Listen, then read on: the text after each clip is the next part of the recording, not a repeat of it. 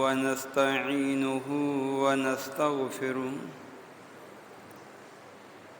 ونعوذ بالله من شرور أنفسنا ومن سيئات أعمالنا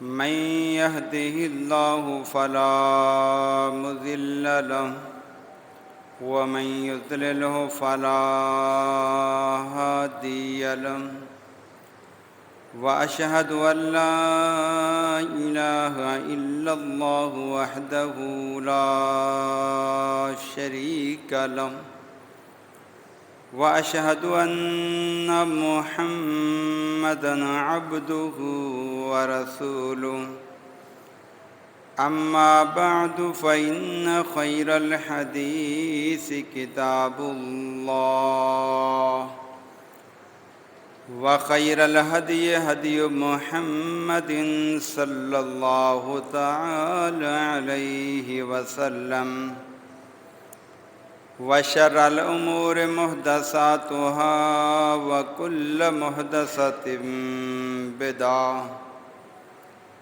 وكل بدعة ضلالة وكل ضلالة في النار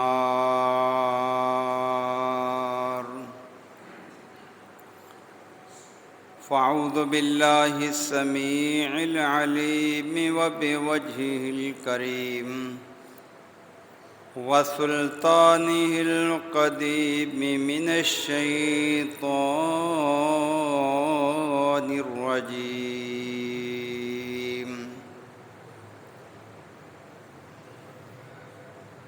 وأن لو استقاموا على الطريقة لأسقيناهم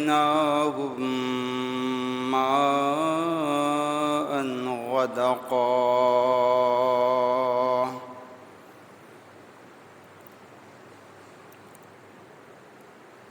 رب اشرح لي صدري ويسر لي أمري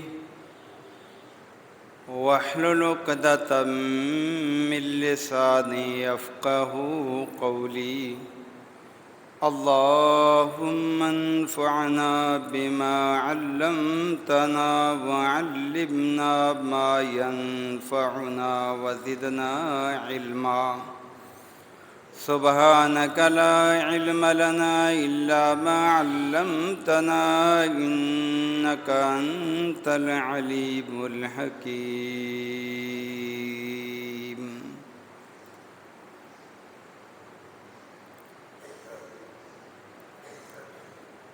ہر قسم کی تعریف،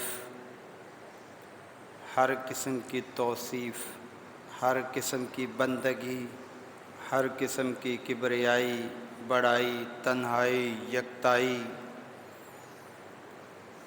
ہر قسم کی عبادت، ریاضت اکیلے اللہ رب العالمین کے لیے خاص ہے کہ جو پوری کائنات کا حقیقی معبود ہے، اور درود و سلام کائنات کی سب سے افضل ترین ہستی حبیب اللہ کا لقب پانے والی شخصیت، افضل الانبیاء و افضل المرسلین کا شرف پانے والی شخصیت، رحمت للعالمین سے متصف شخصیت جناب محمد الرسول اللہ صلی اللہ علیہ وآلہ وسلم کی ذات گرامی پر حمد و ثنا کے بعد موجودہ صورتحال آپ کے سامنے ہے کہ اس وقت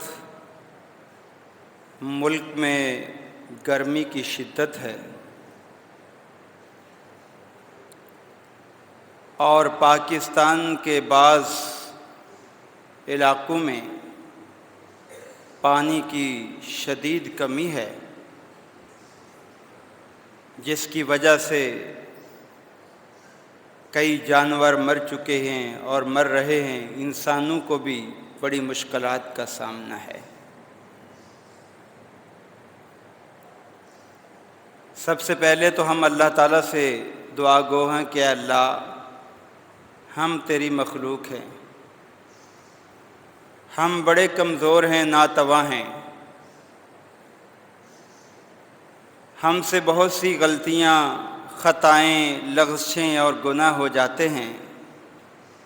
ہمارے گناہوں کی وجہ سے اپنی رحمت کو نہ روک بلکہ اپنی مخلوق پر رحم فرماتے ہوئے انہیں بارش کی نعمت سے مالا مال فرما۔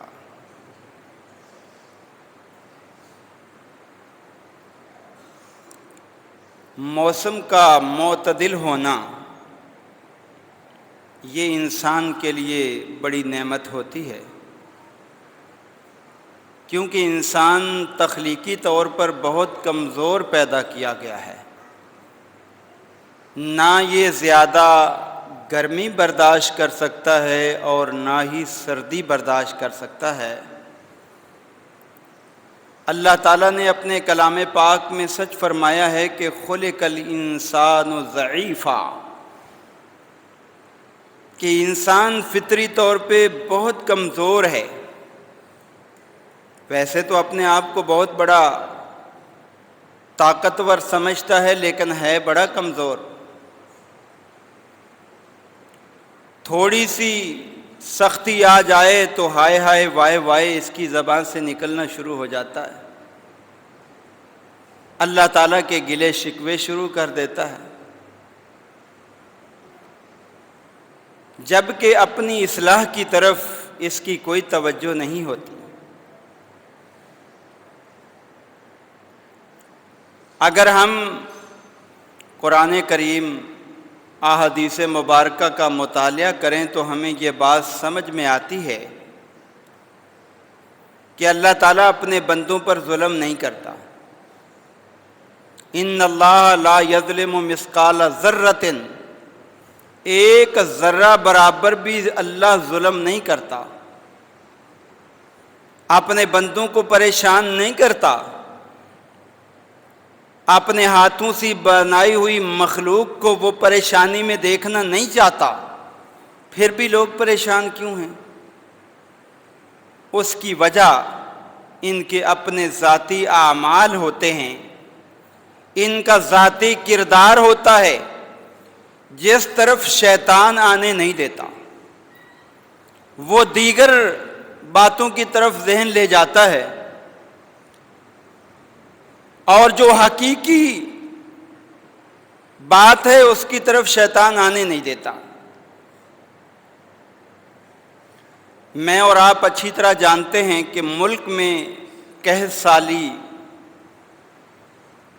اور ملک میں پانی کی کمی یہ اللہ کی مرضی کے بغیر نہیں آ سکتی، اس لیے کہ پانی کا سارا انتظام اللہ نے اپنے ہاتھ میں رکھا ہوا ہے۔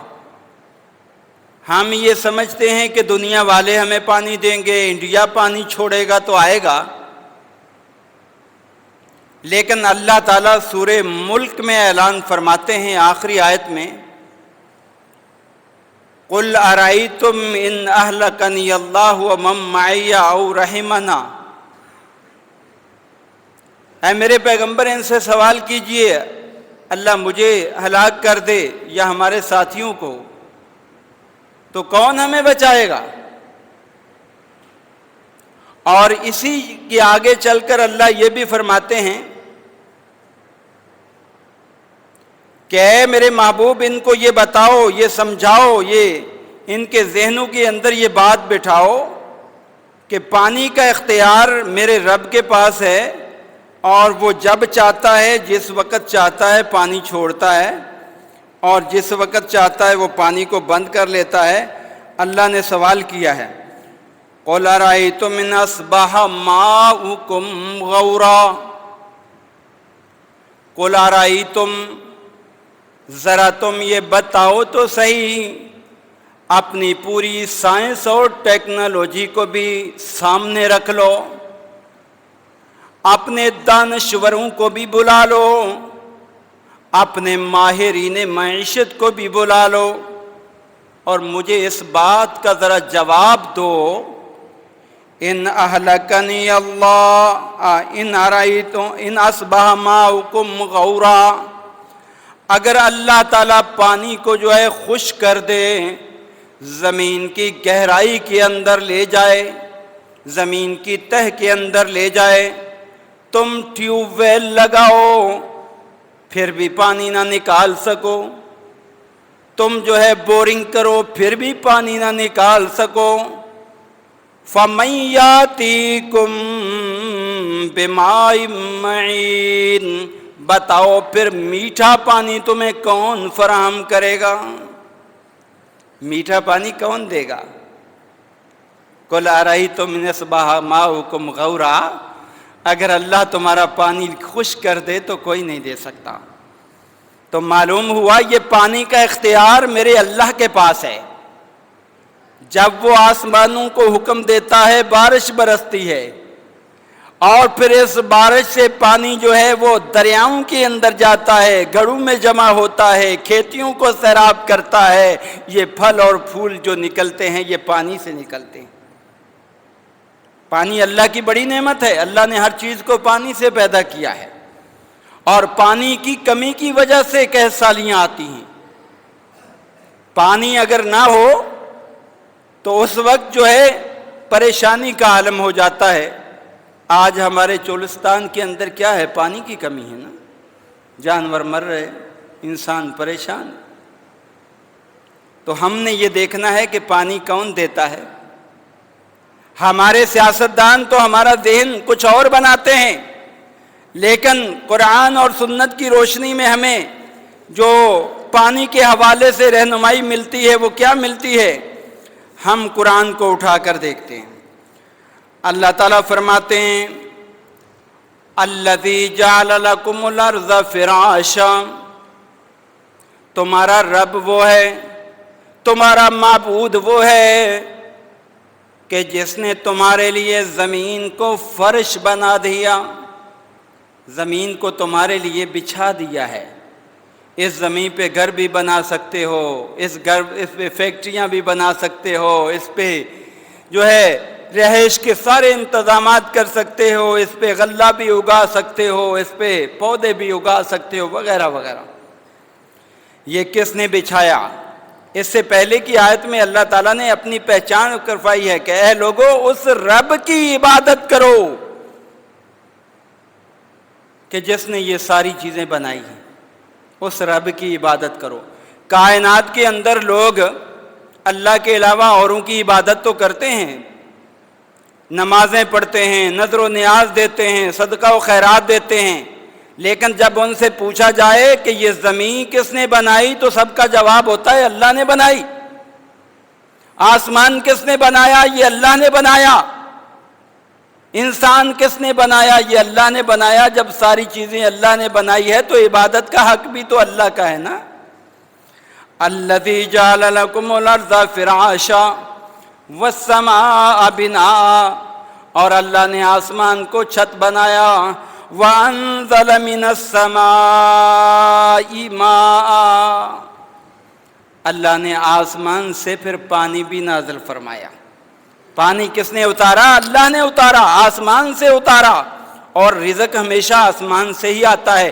جب تک پانی نہیں آئے گا زمین کوئی بھی سبزہ نہیں اگا سکتی۔ اسی لیے سورہ الذاریات میں اللہ فرماتے ہیں وَفِي السَّمَاءِ رِزْقُكُمْ وَمَا تُوعَدُونَ، اے لوگو تمہارا رزق زمین میں نہیں آسمان سے آتا ہے۔ بھائی ہم تو دیکھتے ہیں زمین اگا رہی ہے، لیکن حقیقت میں زمین کے اندر صلاحیت تبھی پیدا ہوگی جب آسمان سے بارش نازل ہوگی۔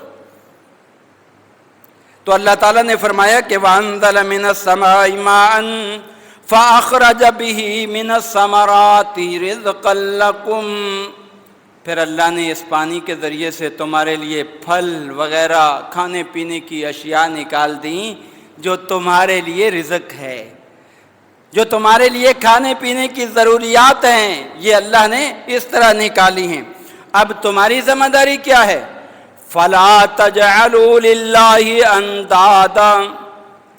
اب تم اس بات کو سمجھ جاؤ کہ جب سارے انتظامات اللہ نے کیے ہیں تو کبھی بھی اللہ کے ساتھ کسی کو عبادت میں شریک نہ بناؤ۔ ند کہتے ہیں شریک کو، کہ جس طرح کی عبادت اللہ کے لیے کرنی چاہیے بندہ اور کے لیے کرے، تو یہ عبادت اللہ کے علاوہ کسی کی نہ کرو۔ وَأَنْتُمْ تعلمون، تم اس بات کو اچھی طرح جانتے ہو۔ یہ سورہ بقرہ آیت 22 ہے۔ ایسی بات کا ذکر اللہ نے بہت سارے مقامات پر فرمایا ہے۔ سورہ بقرہ آیت 164 میں بھی فرمایا کہ اللہ کی نشانیوں میں سے یہ بھی ہے وَمَا أَنزَلَ اللَّهُ مِنَ السَّمَاءِ مِن مَّاءٍ فَأَحْيَا بِهِ الْأَرْضَ بَعْدَ مَوْتِهَا۔ اللہ تعالیٰ نے آسمان سے پانی نازل فرمایا جو زمین مردہ ہو چکی تھی۔ مردہ ہونے کا مطلب یہ کہ وہ پھل پھول پودے اور اناج اگانے کے قابل نہیں رہی تھی۔ جیسے ہی ہم نے پانی نازل فرمایا اس کے ذریعے سے جو ہے وہ زندہ ہو گئی۔ وَبَثَّ فِيهَا مِن كُلِّ دَابَّةٍ، اور ہم نے زمین پر بہت سارے چوپائے بھی پیدا کر دیے جو وہ اناج اور غلہ کھاتے ہیں، جو گھاس پھوس کھا کر انسان کی غذا بنتے ہیں۔ یہ دابہ۔ وَتَصْرِيفِ الرِّيَاحِ وَالسَّحَابِ الْمُسَخَّرِ بَيْنَ السَّمَاءِ وَالْأَرْضِ لَآيَاتٍ لِقَوْمٍ يَعْقِلُونَ۔ اللہ تعالیٰ نے پھر آسمانوں میں جو ہے ہواؤں کا بھی سلسلہ قائم کر دیا۔ یہ ہوائیں چلتی ہیں، بادل جو ہے زمین آسمان کے درمیان چکر لگا رہے ہوتے ہیں، کس لیے؟ تاکہ یہ بارش برسائیں۔ لَآيَاتٍ لِقَوْمٍ يَعْقِلُونَ۔ اللہ فرماتے ہیں میں نے یہ ساری چیزیں نشانیاں بنا دی ہیں، اپنی ربوبیت کی نشانیاں بنا دی ہیں تاکہ لوگ سمجھداری اختیار کریں، عقل مندی اختیار کریں، اللہ کی طرف رجوع کریں۔ اور اس بات کا اقرار مسلمان تو درکنار غیر مسلم بھی کرتے ہیں کہ یہ ساری چیزیں اللہ نے بنائی ہیں۔ مشرکین مکہ جنہوں نے 360 بت بنائے ہوئے تھے عبادت کے لیے، جب ان سے بھی سوال کیا جاتا تو ان کا جواب کیا ہوتا تھا؟ اللہ نے وہ نقشہ بھی سورہ یونس آیت نمبر 31 میں کھینچ دیا۔ فرمایا قُلْ مَن يَرْزُقُكُم مِّنَ السَّمَاءِ وَالْأَرْضِ، اے میرے محبوب ان سے ذرا سوال کیجئے آسمان کا مالک کون ہے، زمین کا مالک کون ہے؟ مطلب یہ ہے کہ کس نے بنایا، نظام کون چلا رہا ہے اس کا؟ اَمَّن يَمْلِكُ السَّمْعَ وَالْأَبْصَارَ، ذرا یہ بتاؤ یہ کان کس نے بنائے، یہ آنکھیں کس نے بنائی ہیں، بتاؤ۔ اور آگے چل کر اللہ فرماتے ہیں وَمَن يُخْرِجُ الْحَيَّ مِنَ الْمَيِّتِ، کون ہے جو مردہ سے زندہ بنا دیتا ہے اور زندہ سے مردہ بنا دیتا ہے۔ وَيُخْرِجُ الْمَيِّتَ مِنَ الْحَيِّ، انڈے سے، انڈا مردہ ہے مرغی بنا دیتا ہے، اس سے بچہ چوزا جو ہے چوں چوں کرتا ہوا نکل آتا ہے۔ اب کیا ہے جی اس کے بعد جو ہے زندہ سے مردہ یہ بھی اللہ پیدا کر دیتا ہے، ایک مرغی زندہ ہے اس سے انڈا بے جان پیدا کر دیتا ہے۔ یہ اللہ کی قدرت ہے نا، جو چاہے کر گزرے، اس کے لیے کوئی کام مشکل نہیں ہے، یہ کام ہمارے لیے مشکل ہیں۔ یہ اللہ تعالیٰ کے معاملات ہیں، وہ خود جانتا ہے۔ اللہ فرماتے ہیں وَمَن يُدَبِّرُ الْأَمْرَ، ان سے ذرا سوال کیجئے تمام معاملات کی تدبیر کرنے والا کون؟ اللہ نے یہاں مشرکین سے چند سوال کیے۔ پہلا سوال تھا آسمان و زمین کا مالک کون، دوسرا سوال تھا کہ کان اور آنکھیں بنانے والا کون، تیسرا سوال تھا کہ یہ بتاؤ کہ زندہ سے مردہ اور مردہ سے زندہ پیدا کرنے والا کون، چوتھا سوال ہے کہ وَمَن يُدَبِّرُ الْأَمْرَ، سارے معاملات کی تدبیر کرنے والا کون؟ اللہ فرماتے ہیں فَسَيَقُولُونَ اللَّهُ، اگرچہ یہ مشرک ہیں، اگرچہ یہ کافر ہیں، ان کا جواب یہی ہوگا کہ اللہ۔ اللہ یہ سارے معاملے کرتا ہے۔ تو اللہ نے فرمایا فَقُلْ، جب یہ جواب دیں تو ان سے یہ پوچھیں افلا تعقلون، پھر تم عقل استعمال کیوں نہیں کرتے ہو؟ جب ساری نعمتیں اللہ عطا کرے اور عبادت کی باری آئے تو غیر اللہ کے پاس چلے جاؤ، یہ تو عقل بھی نہیں مانتی۔ مولانا منظور احمد صاحب جو کہ اس وقت جماعت کے بڑے اچھے مبلغ ہیں، وہ اپنی تقریر میں ایک مرتبہ بتا رہے تھے کہ میں اہل حدیث کیسے ہوا۔ میں اہل حدیث، میں تو مشرک تھا، میں تو غیر اللہ کی پوجا کرنے والا تھا۔ مجھے میرا ایک دوست جو ہے نا وہ لے گیا ایک جلسے کے اندر کہ آؤ آج پروگرام ہو رہا ہے وہاں چلتے ہیں۔ میں نے کہا چلو سن لیتے ہیں۔ تو وہاں پر مولانا محمد حسین شیخو پوری رحمت اللہ علیہ، بڑے نیک آدمی تھے، بڑے متقی پرہیزگار، وہ تشریف لائے ہوئے تھے۔ تو انہوں نے تقریر کے دوران یہی اللہ کی توحید سمجھاتے ہوئے ایک مثال پیش کی، کہنے لگے ایک چھوٹی سی مرغی کو پکڑ کر ایک بچی جو ہے وہ مار رہی ہے۔ میں نے اسے پوچھا بیٹی کیوں اس مرغی کو مار رہی ہو؟ اس کا کیا قصور ہے، کیا غلطی ہے؟ کہنے لگی یہ مرغی ہماری ہے، یہ کھانا ہمارے گھر سے کھاتی ہے، دانا ہمارے گھر سے کھاتی ہے، اور اس کا دڑبا ہمارے گھر کے اندر موجود ہے، لیکن جب انڈا دینے کی باری آتی ہے تو پڑوسیوں کے گھر میں انڈا دے کے آ جاتی ہے۔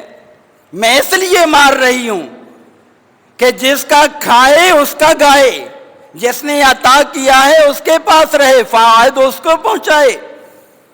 کہنے لگے انہوں نے یہاں مثال دی کہ دیکھیں ایک چھوٹی سی بچی میں بھی اتنی عقل ہے کہ مرغی جو جس گھر سے کھاتی ہے، جس کا کھاتی ہے، انڈا اس کے گھر میں ہونا چاہیے، لیکن ایک مشرک کو یہ عقل نہیں ہوتی کہ دیا ہوا رب کا کھاتا ہے اور جا کر عبادت اور کی کرتا ہے۔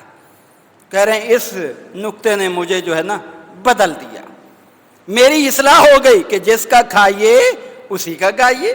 تو اللہ تعالیٰ نے یہ سوالات مشرکین سے کیے، اور پھر جو ہے اور ایک مقام پر بھی اللہ نے فرمایا وَلَئِن سَأَلْتَهُم مَّن نَّزَّلَ مِنَ السَّمَاءِ مَاءً فَأَحْيَا بِهِ الْأَرْضَ مِن بَعْدِ مَوْتِهَا، اگر آپ ان مشرکین سے سوال کریں، ان سے پوچھیں بتاؤ آسمان سے پانی کس نے نازل کیا، جس کے ذریعے سے زمین کو کس نے زندہ کیا؟ لَيَقُولُنَّ اللَّهُ، یہ ضرور جواب دیں گے۔ لَيَقُولُنَّ عربی جاننے والے جانتے ہیں اس میں لام بھی تاکید کا ہے اور نون بھی تاکید کا ہے۔ یہ سارے یہ ضرور جواب دیں گے، ان کے پاس کوئی اور جواب ہوگا ہی نہیں۔ یہ جواب ہوگا کہ اللہ یہ سارے معاملات کرتا ہے۔ قُلْ الْحَمْدُلِلَّهِ بَلْ أَكْثَرُهُمْ لَا يَعْقِلُونَ، جب یہ جواب دے دیں تو آپ اللہ کی تعریف کریں کہ اللہ تیرا شکر ہے کہ نہ ماننے والوں کو بھی یہ بات سمجھ میں آ گئی ہے کہ اللہ ہی بارش نازل کرتا ہے، وہی زمین کو زندہ کرتا ہے۔ تو پھر ان سے سوال کیجئے بل اکثرہم لا یعقلون، بلکہ ان میں اکثر جو ہے وہ عقل رکھتے ہی نہیں۔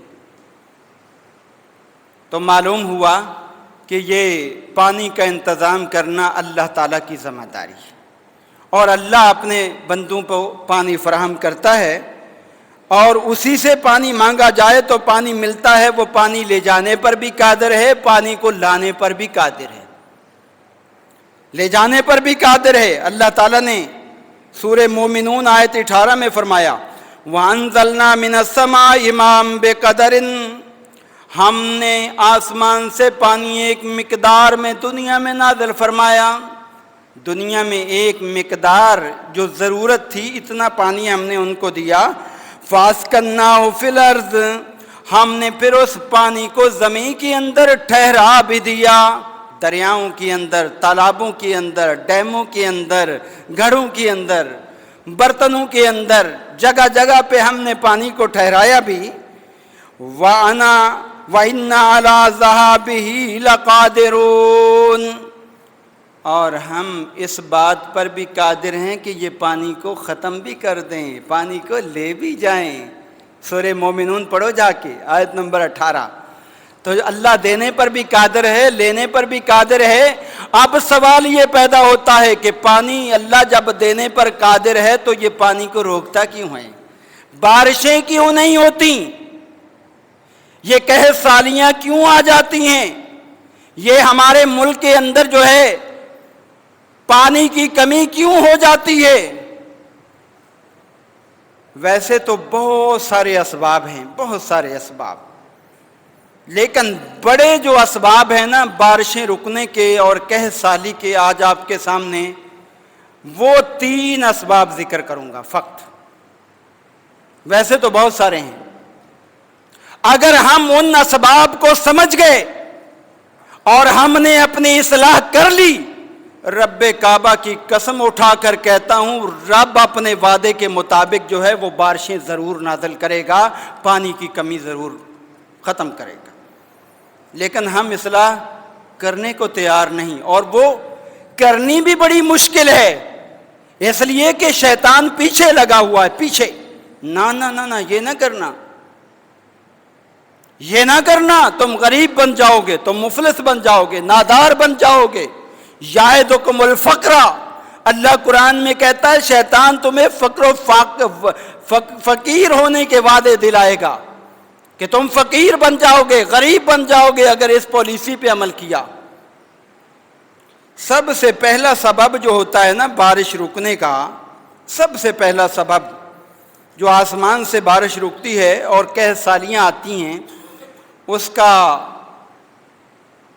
اہم ترین سبب جو ہے وہ دینے اور لینے کے اندر جو ہے نا وہ خیانت کرنا،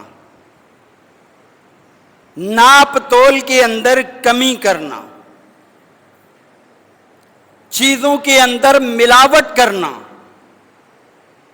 اصل چیزیں جو ہے وہ ختم کر کے جعلی چیزیں اصلی ریٹ کے اندر بیچنا. اور آج میں اور آپ اپنے ملک کے اندر یہ دیکھ لیں، یہ وبا اتنی عام ہے، اتنی عام ہے کہ شاید ہی کوئی دکاندار بچا ہوا ہو، کوئی پیٹرول پمپ بچا ہوا ہو، کوئی دودھ والی دکان بچی ہوئی ہو، کوئی پرچون والی جو ہے وہ دکان بچی ہوئی ہو. آج یہ سب سے زیادہ جو بارش کو روکنے کا سبب ہے، ہمارا معاشرہ اس برائی میں مبتلا ہے. اور اگر ہم نے اصلاح نہ کی نا تو پھر نتائج کو بھگتنے کے لیے تیار رہیں، نتائج کو بھگتنے کے لیے تیار رہیں. سنن ابن ماجہ کے اندر روایت آتی ہے، صحیح روایت، محبوب کبریا نے ایک دفعہ مہاجرین صحابہ کو بلایا اور کہا 5 چیزیں جس قوم کے اندر آ جائیں وہ قوم جو ہے ان کے اندر عذابوں کا نزول شروع ہو جاتا ہے. اور میں اللہ تعالیٰ سے دعا کرتا ہوں، اے میرے صحابہ تم ان جرائم سے پاک رہو، تمہیں وہ جرائم جو ہے وہ نہ پکڑیں. میں 5 نہیں بیان کروں گا، میں صرف ان میں سے 2 بیان کروں گا آپ کے سامنے، کیونکہ ہمارے مضمون سے متعلقہ 2 ہیں. محبوب کبریا نے فرمایا وَلَمْ يَنْقُصُ الْمِكْيَالَ وَالْمِيزَانَ إِلَّا أُخِذُوا بِالسِّنِينَ. جب کسی قوم کے اندر یہ بیماری آ جائے کہ وہ ناپ اور تول میں کمی کرنے لگ جائیں، وہ لینے اور دینے میں خیانت کرنے لگ جائیں، وہ دھوکہ کرنے لگ جائیں، وہ فراڈ کرنے لگ جائیں، ہر آدمی کی کوشش ہو کہ پیسہ میری جیب کے اندر آ جائے، مال چاہے صحیح ہو یا غلط ہو میں دوسرے کو دے دوں. ناپ تول کے اندر کمی والی بیماری اگر آ جائے نا جس قوم کے اندر، اور وہ ہوں بھی اللہ کے نام لینے والے، نبی کی تعلیمات سن بھی چکے ہوں، معلوم بھی ہو کہ یہ جرم ہے، یہ گناہ ہے، یہ غلطی ہے، یہ اللہ کی نافرمانی ہے، اور اللہ اپنی نافرمانی کو برداشت نہیں کرتا، وہ ایک وقت حد تک برداشت کرتا ہے، پھر اس کی سزائیں بھی دیتا ہے۔ فرمایا جو قوم ناپ تول کے اندر، مکیال ان پیمانوں کو کہتے ہیں جو ناپنے کے ہوتے ہیں، مثلا لیٹر، دودھ والے پیمانے ناپ کر، پہلے دور کے اندر جو اناج ہے وہ بھی ناپ کر دیا جاتا تھا، صاع، مد وغیرہ، اور میزان کہتے ہیں جو بٹوں کے ذریعے جو ہے وہ چیز تولی جاتی ہے۔ اب اس بیماری کے اندر جو قوم مبتلا ہوگی ناپ تول کی کمی میں، تو اللہ تعالیٰ اس کو عذاب کیا دے گا؟ سب سے پہلا عذاب یہ ہوگا الا اخذوا بالسنین، ان کو قحط سالی میں مبتلا کر دیا جائے گا، ان کی خورد و نوش کی اشیاء کم ہو جائیں گی، بارشوں کی کمی ہو جائے گی، زمین خزانے نہیں نکالے گی، معاشی تنگی ہو جائے گی، کھانے پینے کی اشیاء جب کم ہوتی ہیں تو مہنگی ہو جاتی ہیں۔ ہمیشہ جس چیز کی فراوانی ہوتی ہے نا وہ چیز سستی ہوتی ہے، تو اب کیا مہنگائی کی بنیادی وجہ کیا ہوئی؟ اخذوا بالسنین، قحط سالیاں ہوں گی، لوگ جو ہیں ان کے کھانے پینے کی چیزیں کم ہو جائیں گی، وشدت المعونہ، اور ان کے اندر سختیاں آ جائیں گی، محنت بہت زیادہ کریں گے لیکن مال کے اندر برکت نہیں آئے گی، دولت کے اندر برکت نہیں آئے گی۔ وہ دکاندار جو ڈنڈی مارنے والا ہے، وہ پیٹرول پمپ والا جو ہے کم دینے والا ہے، یہ اس کے باوجود روتا ہوا نظر آئے گا، میرے گھر کے اندر فلاں چیز نہیں، میرے گھر کے اندر فلاں چیز نہیں، میرے گھر کے اندر جو ہے یہ بیماری آ گئی، میرے گھر کے اندر یہ ٹینشن آ گئی، میرے خاندان میں یہ مسائل ہو گئے۔ آج بتائیے کون ایسا بندہ ہے جو اس جرم کا ارتکاب کرتا ہے اور گھر کے اندر اسے سکون میسر ہے؟ اگر ایک بندہ ہے تو مجھے دکھاؤ۔ کوئی نظر نہیں آئے گا۔ یہ آج ہمارے گھروں میں جو مصائب ہیں، پریشانیاں ہیں، دکھ ہیں، تکلیفیں ہیں، یہ ہمارے گھر خیر و برکت سے خالی ہو چکے ہیں، اس لیے کہ جب حرام آتا ہے برکت مٹ جاتی ہے، حرام سے برکت مٹ جاتی ہے۔ اصل مال وہ ہوتا ہے برکت والا کہ جو آپ کی ضروریات پوری کرنے کے بعد بھی بچا رہے، اور علی المرتضیٰ نے اس کی مثال پیش کی۔ ایک دفعہ لوگوں نے اس سے سوال کیا کہ حلال اور حرام کی پہچان بتائیے، تو انہوں نے بڑا پیارا جواب دیا، کہنے لگے یہ بکریوں کو دیکھو اور کتوں کو دیکھ لو، فرق نظر آ جائے گا۔ ایک کتیا 5-5, 6-6, 7-7, 10-10 بچے دیتی ہے لیکن معاشرے میں کمی نظر آتی ہے، اور ایک بکری ایک بچہ دیتی ہے، کوئی 2 یا 3 دیتی ہیں، لیکن روزانہ جو ہے وہ ذبح بھی ہو رہی ہوتی ہیں، لیکن یہ جو ہے بڑھتی ہوئی نظر آتی ہیں، اس کی کمی نہیں آتی۔ اور عید کے موقع پر کتنے جانور ذبح کرتے ہو؟ کبھی غور کیا ہے؟ لاکھوں، کروڑوں، اربوں، کھربوں جانور ذبح ہوتے ہیں، کبھی حلال جانوروں کے اندر کمی آئی ہے؟ یہ ہے حلال اور حرام کی بہترین مثال۔ حلال اور حرام کی بہترین مثال ہے۔ حلال میں اللہ کی طرف سے برکت ہے، حرام کے اندر برکت مٹ جاتی ہے، صرف شیطان کا دھوکہ باقی رہتا ہے۔ رب کی نافرمانی کر کے ہم اپنے لیے بھی وبال بن رہے ہوتے ہیں، معاشرے کے لیے بھی وبال بن رہے ہوتے ہیں۔ ایسے لوگ ناسور ہیں، ناسور ہیں اسلام کے لیے، دین کے لیے، پاکستان کے لیے، کہ جو ملاوٹ کرتے ہیں وہ خود بھی عذاب کا شکار ہیں، وہ دوسروں کے لیے بھی عذاب کا باعث بن رہے ہیں۔ اس جرم کو چھوڑیے۔ سب سے پہلا عذاب کیا ہوتا ہے؟ اخذوا بالسنین۔ اللہ کے نبی کا فرمان جھوٹا نہیں ہو سکتا، سچا ہے۔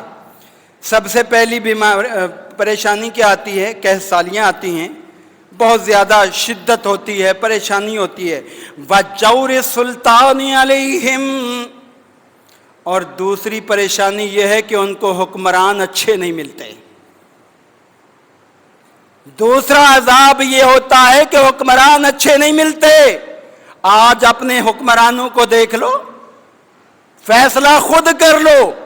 اللہ کے نبی نے 1400 سال پہلے جو بات کہی تھی، آج ہمارے اس ملک کے اندر وہ صادق نظر آ رہی ہے۔ ایک اس کو چور کہہ رہا ہے، وہ دوسرے کو چور کہہ رہا ہے۔ عوام کے لیے کچھ نہیں، آپس میں چوریاں ہو رہی ہیں، عدالتوں کو اپنے فیصلوں میں لگا دیا ہے۔ بیچارے دوسرے جو فیصلہ کروانے کے لیے جاتے ہیں، ان کے فیصلے مؤخر کر دیے جاتے ہیں۔ کیا ہے یہ عذاب ہے، عذاب۔ حضرت عبداللہ بن عباس رضی اللہ تعالیٰ عنہ سے پوچھا گیا کہ اللہ نے جو قرآن میں فرمایا ہے قُلْ هُوَ الْقَادِرُ أَن يَبْعَثَ عَلَيْكُمْ عَذَابًا مِّن فَوْقِكُمْ أَوْ مِن تَحْتِ أَرْجُلِكُمْ، یہ اللہ نے جو قرآن میں آیت نازل کی ہے کہ اللہ اس بات پر قادر ہے کہ تمہیں اوپر سے بھی عذاب دے دے تو نیچے سے بھی عذاب دے دے۔ نیچے سے تو سمجھ میں آتا ہے کہ زلزلہ آئے اور ہم اندر دھنس جائیں، اوپر سے عذاب سے کیا مراد ہے؟ تو انہوں نے بڑا پیارا جواب دیا، کہنے لگے اوپر سے عذاب سے مراد صرف وہ عذاب نہیں جو پہلی قوموں پر آیا تھا، اس عذاب سے مراد یہ بھی ہے کہ اللہ تمہیں ایسے حکمران دے گا کہ جو تمہارے بارے میں خیر خواہ نہیں ہوں گے، دعوے بڑے کریں گے، خیر خواہ نہیں ہوں گی۔ یہ عبداللہ بن عباس رضی اللہ تعالیٰ عنہ کی تفسیر ہے۔ دیکھیں آج ہمارے ساتھ یہی ہو رہا ہے۔ غور کیجئے، تدبر کیجئے، دو عذاب آتے ہیں جب لوگ جو ہے وہ ناپ تول کے اندر کمی کرتے ہیں اور جو ہے اللہ تعالیٰ کی نافرمانی کا ارتکاب کرتے ہیں، تو دو عذاب آتے ہیں۔ ایک خورد و نوش کی اشیاء کم ہوتی ہیں، قحط سالی آتی ہے، دوسرے حکمران جو ہے وہ اچھے نہیں ملتے۔ توبہ کرو اللہ تعالیٰ سے کہ آئندہ ایسا کام نہیں کرنا ہے، وگرنہ یہ عذاب بڑھتے جائیں گے، کم نہیں ہوں گے۔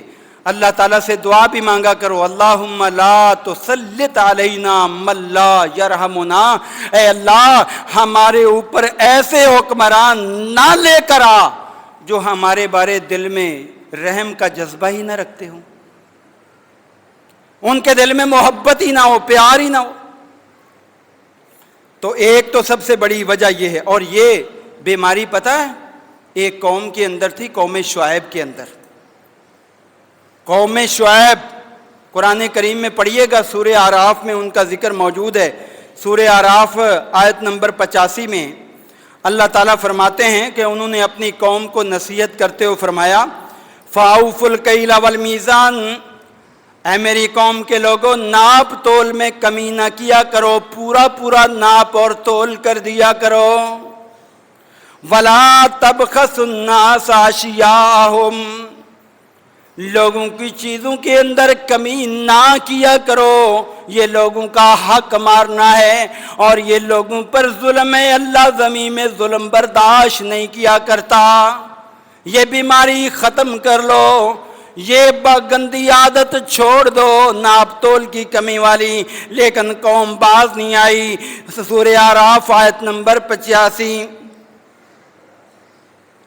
اور دوسرے مقام پر سورہ ہود میں اللہ فرماتے ہیں کہ انہوں نے کہا یا قوم اوفوا الکیل والمیزان بالقسط، یہ لینے دینے میں جو ہے نا انصاف کا پہلو سامنے رکھا کرو، دیا بھی پورا کرو، لیا بھی پورا کرو۔ ولا تبخسوا الناس اشیاءہم، لوگوں کی جو ہے چیزوں میں کمی نہ کرو۔ یہ سورہ ہود ہے، یہ بھی آیت 85 ہے۔ اب قوم نے کیا کہا؟ قوم نے کہا نہیں اے شعیب، اس سے تو آپ ہمیں غریب بنانا چاہتے ہو۔ آج بھی اگر ہم لوگوں کو سمجھائیں نا کہ بھائی ناپ تول پورا کیا کرو، کہیں گے مولوی صاحب کیسی بات کر رہے ہیں، اگر دودھ کے اندر پانی نہ ڈالیں تو دودھ کے پیسے بھی پورے نہیں ہوتے، اگر ملاوٹ نہ کریں تو یہ ہو جاتا ہے۔ یہی تعویلات فاسدہ قوم شعیب نے کی۔ اللہ تعالیٰ اتنا ناراض ہوا، عام قوموں کو صرف ایک عذاب دیا، عام قوموں کو، ان کو 3 عذاب دیے، 3 عذاب۔ ایک سے بھی مر سکتے تھے نا، کوئی بڑی بات تو نہیں تھی نا، لیکن اللہ نے یہ لوگوں کے لیے ایک نصیحت بنانی تھی کہ جو یہ قوم شعیب والی ادائیں اپنائیں گے تو پھر 3 عذاب ان پر آئیں گے۔ یاد رکھیں پہلا عذاب کیا ہوا؟ فَأَخَذَتْهُمُ الرَّجْفَةُ فَأَصْبَحُوا فِي دَارِهِمْ جَاثِمِينَ، سورہ اعراف آیت نمبر 91۔ اللہ فرماتے ہیں یہ زمین ہم نے ان کے لیے بچھائی تھی، لیکن جب وہ باز نہ آئے اپنی ان غلط حرکات سے، ہم نے زمین کو ہلا دیا، زلزلہ بپا کر دیا۔ وہ زلزلے کی وجہ سے جو ہے زمین کے اندر جو ہے وہ دھنس گئے۔ زمین کے اندر دھنسنے کا، آج ہمارے ملک میں زلزلے آتے ہیں نا، ہمارے سائنسدان کہتے ہیں یہ پلیٹ اوپر ہو گئی، یہ نیچے ہو گئی، یہ مسئلہ ہو گیا۔ بتاؤ شعیب علیہ السلام کی قوم میں کوئی سیاستدان نہیں تھے، کوئی سائنسدان نہیں تھے، ان کی زبان سے تو یہ جملے نہیں نکلے، اس لیے کہ یہ زمین اللہ نے بنائی ہے، اختیارات اسی کے ہیں، اور جب چاہتا ہے ہلتا ہے۔ پلیٹوں ولیٹوں کے چکر یہ ہماری عقل ہے، اللہ کے نظام کے سامنے انسان کی عقل ادھوری ہے۔ ایک عذاب یہ آیا۔ دوسرا عذاب فَكَذَّبُوهُ فَأَخَذَهُمْ عَذَابُ يَوْمِ الظُّلَّةِ إِنَّهُ كَانَ عَذَابُ يَوْمٍ عَظِيمٍ۔ انہوں نے شعیب علیہ السلام کی بات نہیں مانی، جھٹلا دیا، اور پھر ہم نے ان کو پکڑ لیا۔ کیسے؟ سائے والے عذاب کے ذریعے۔ وہ سائے والا عذاب کیا تھا؟ وہ آسمان پر جو ہے نا سایہ آ گیا، اور اس سائے کے اندر اللہ نے آگ رکھی ہوئی تھی، آگ، گرمی کی شدت ان پر برسی اور وہ جل کر راکھ ہو گئے۔ اور انہو کان عذاب یوم عظیم، اللہ فرماتے ہیں یہ بڑا سخت عذاب تھا۔ یہ سورہ شعراء آیت نمبر 189 189 ہے۔ تیسرا عذاب ان کو یہ آیا، وَأَخَذَتِ الَّذِينَ ظَلَمُوا الصَّيْحَةُ فَأَصْبَحُوا فِي دِيَارِهِمْ جَاثِمِينَ۔ ایک تیز آواز اللہ نے بھیجی، سخت قسم کی چینخ تھی، اتنی تیز آواز سی کہ ان کے کلیجے پھٹ گئے، اور جو ہے وہ اپنے گھروں کے اندر اوندے پڑے رہ گئے۔ اب دیکھیں تین عذاب۔ حافظ ابن کثیر رحمۃ اللہ علیہ نے یہاں لکھا ہے، کہتے ہیں کہ اصل میں ان کے جرائم بہت بڑے تھے، اللہ تعالیٰ نے لوگوں کو دکھانے کے لیے پھر ان کو جو ہے نا تین عذاب دیے۔ سب سے پہلے اللہ نے سخت گرمی کر دی، اتنی گرمی کہ ان کو نہ گھروں کے اندر کوئی سایہ سکون دے رہا تھا، نہ ان کے ہاں جو درخت تھے ان کے نیچے کوئی سکون تھا، شدت کی گرمی۔ اب کیا ہوا؟ اللہ نے جنگل کے اندر جو ہے نا ایک سایہ بان ایسے کر دیا، اس کے نیچے سایہ ہی سایہ نظر آنے لگا۔ وہ جلدی سے گھروں سے نکلے، جلدی وہاں جائیں، اور جب وہاں گئے تو وہ سایہ تو کیا، اوپر سے جو ہے وہ بارش برسی۔ پھر وہ اپنے گھروں کے اندر بھاگے کہ جلدی جلدی جو ہے آگ کی بارش ہے، جا کے گھروں میں پناہ لیں۔ اتنے میں تیز آواز آئی اپنے گھروں کے اندر، جو ہے وہ اس آواز سے مر گئے، اور ان کا کوئی نام و نشان باقی نہ رہا۔ آج ہمارے لیے بہت بڑی نصیحت ہے یہ، اور اللہ نے بھی ایک سورت 30ویں پارے میں المطففین نازل کی ہے، ویل للمطففین الذین اذا اکتالوا علی الناس یستوفون واذا قالوہم او وزنوہم یخسرون الا یظن اولئک انہم مبعوثون۔ ہلاکت ہے ناپ تول میں کمی کرنے والوں کی، ہلاکت ہے ناپ تول میں کمی کرنے والوں کی، کہ جو ناپ تول میں کمی کرتے ہیں ان کے لیے تباہی ہے، بربادی ہے۔ ہلاکت کے کئی معنی علماء کرام نے کیے ہیں۔ ایک یہ کہ ان کے مال سے برکت ختم ہو جاتی، دوسری ہلاکت یہ ہے کہ ان کے گھر کے اندر جو ہے کبھی سکون نہیں ہوتا، بیماریاں، مقدمات، ٹینشن، مسائل، روحانی مسائل۔ اور تیسری کہ ویسے وہ دنیا کے اعتبار سے تباہ و برباد ہو جاتے ہیں، دنیا میں ان کی عزت اور قدر نہیں رہتی۔ اور ایک ویل جو ہے نا وہ جہنم کی وادی ہے، جہاں پر اللہ تعالیٰ نے سخت مجرموں کو جو ہے نا وہاں داخل کرنا ہے، ویل للمکذبین، جہاں جھٹلانے والے ہیں۔ دنیا کے اعتبار سے بھی ویل اچھی نہیں ہے، اور آخرت کے اعتبار سے بھی۔ کمزوری کیا ہے؟ اذا اکتالوا علی الناس یستوفون، جب لوگوں سے وہ لیتے ہیں نا تو پورا پورا ناپ تول کر لیتے ہیں، اور جب دیتے ہیں او وزنوہم یخسرون، پھر اس میں جو ہے کمی کر کے دیتے ہیں۔ کیا ایسے لوگوں کو یہ معلوم نہیں ہے کہ ایک دن اللہ کے سامنے کھڑے ہونا ہے اور اٹھایا جانا ہے؟ تو خلاصہ کلام یہ ہے کہ سب سے بڑی جو بارش کی کمی کی وجہ ہے وہ ہے ناپ تول کی کمی اور خیانت۔ یہ معاشرے میں جب تک ہم نہیں چھوڑیں گے، یہ جگہ جگہ اس بات کو عام کر دیجئے کہ ناپ تول کی کمی، ملاوٹ، خیانت معاشرے سے نکال دو، نہیں تو ہم تمہیں اس معاشرے سے نکال دیں گے۔ اس لیے کہ جب لوگ کسی برائی پر خاموش رہتے ہیں تو وہ جرم میں برابر کے شریک ہو جاتے ہیں، برابر کے شریک ہوتے ہیں۔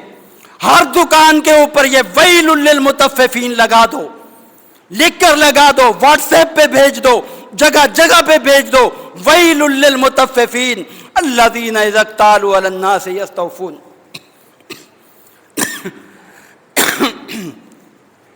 دوسری وجہ یہ ہوتی ہے کہ لوگ جو ہے نا وہ زکوٰۃ نہیں دیتے۔ زکوٰۃ زیادہ بن رہی ہے، کم دے رہے ہیں، یا بالکل نہیں دے رہے۔ زکوٰۃ کا روکنا یہ بارش کو روکنا ہے۔ ہمارے معاشرے میں ایک پوری جماعت ہے جو اپنے آپ کو مومنین کہتی ہے زکوٰۃ کا وجود ہی نہیں، یہ ٹیکس ہے۔ اور افسوس در افسوس یہ ہے کہ وہ ہم سے زکوٰۃ لے کر اپنے مفاد حاصل کرتی ہے۔ ہم سادہ لو دیے جا رہے ہیں، جے ڈی اے والے۔ کبھی دیکھا آپ نے جن کے مذہب کے اندر زکوٰۃ ہے ہی نہیں؟ اور زکوٰۃ اتنا اہم فریضہ ہے، اتنا اہم فریضہ ہے کہ جب ابو بکر رضی اللہ عنہ خلیفہ بنے تو کچھ لوگوں نے کہا ہم زکوٰۃ نہیں دیں گے، صحیح بخاری کی روایت ہے۔ اور حضرت ابو بکر نے کہا میں جہاد کروں گا، میں لڑوں گا۔ عمر فاروق آ گئے، یہ کلمہ طیبہ پڑھنے والے ہیں، آپ ان سے کیوں لڑیں گے؟ کہا نہیں، اللہ کے نبی کے دور میں یہ زکوٰۃ دیا کرتے تھے، اگر رسی بھی زکوٰۃ دیتے تھے میں وہ بھی لوں گا، نہیں تو میں لڑوں گا، اس لیے کہ یہ مال کا حق اللہ نے رکھا ہے اور میں ان سے وصول کر کے رہوں گا۔ بعد میں ان سے جب جہاد کیا، قتال کیا، ان سے زکوٰۃ زبردستی وصول کر کے بیت المال میں جمع کی۔ فاروق اعظم کہنے لگے عرفت انہ الحق، مجھے سمجھ میں آ گئی ابو بکر کا موقف سچا تھا۔ آج جو ہے ابو بکر سے نفرت اسی لیے ہے کہ انہوں نے زکوٰۃ زبردستی لی، اور یہی وجہ ہے ان کے دور کے اندر خوشحالی آ گئی۔ میرے بھائی زکوٰۃ خوشی سے دیا کرو، کوئی زیادہ نہیں ہے۔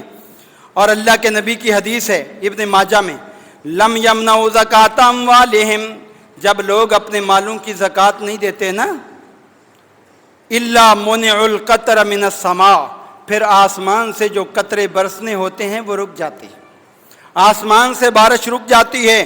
وَلَوْلَا الْبَهَائِمُ لَمْ يُمْطَرُوا، اللہ اتنا ناراض ہوتا ہے زکوٰۃ نہ دینے والوں پر کہ اگر دنیا کے اندر انسان کے علاوہ دیگر مخلوق نہ ہونا تو اللہ بارش نازل ہی نہ کرے، نازل ہی نہ کرے۔ کتنا سخت جملہ ہے۔ اور آپ کو پتہ ہے یہ جاندار جو ہوتے ہیں نا، یہ ہر وقت اللہ کی عبادت کرتے ہیں۔ انسان ہے، انسان جو اس بات میں کمزور ہے۔ اللہ تعالیٰ فرماتے ہیں سورہ بنی اسرائیل آیت 44 میں، وَإِن مِّن شَيْءٍ إِلَّا يُسَبِّحُ بِحَمْدِهِ، اے لوگو کائنات کے اندر جتنی بھی جاندار مخلوق ہے میری تسبیح بیان کر رہی ہے، وَلَكِن لَا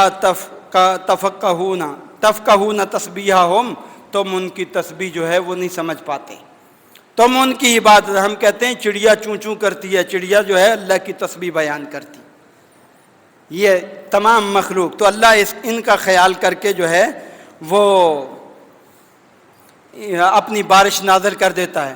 تو معلوم ہوا کہ جو لوگ زکوٰۃ نہیں دیتے ان کو بھی نصیحت کرو کہ تمہاری وجہ سے اللہ تعالیٰ یہ اپنی بارش کو روکے ہوئے اپنا یہ برا عمل چھوڑو اور اللہ کا جو مال کا حق مقرر کیا ہوا ہے وہ ادا کرو۔ اور تیسری وجہ جو ہوتی ہے نا بڑی، وہ نافرمانیاں ہوتی ہیں۔ کوئی بھی نافرمانی، فحاشی،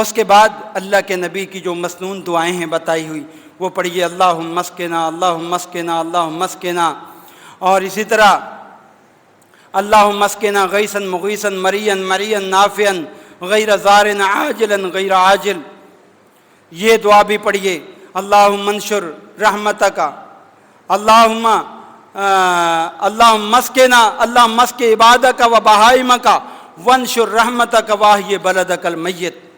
تو اللہ تعالیٰ سے خصوصی دعائیں بھی مانگیے، انشاءاللہ ہمارا رب بڑا مہربان ہے، وہ ضرور ہمیں بارش عطا فرمائے گا، قحط سالی سے ہمیں نجات دلائے گا۔ باقی اپنے جو دیگر لوگ غلط راہ پہ آپ کو چلاتے ہیں، اور اس کے ساتھ ساتھ جو ہے نا ایک اہم بات جو دنیاوی اعتبار سے اچھی ہے، وہ درخت زیادہ سے زیادہ لگائیے، پودے لگائیے، درخت، اس کا دنیاوی فائدہ بھی ہے اخروی بھی۔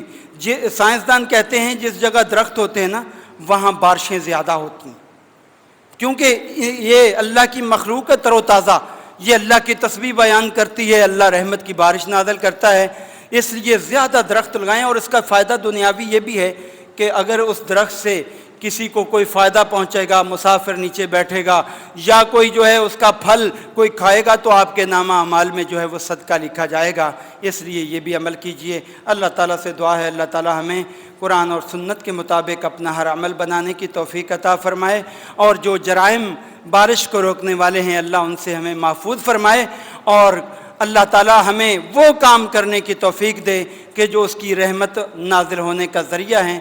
اللہ تعالیٰ ہم پر اپنا خاص رحم و کرم نازل فرماتے ہوئے ہمیں بارش کی نعمت سے مالا مال فرمائے۔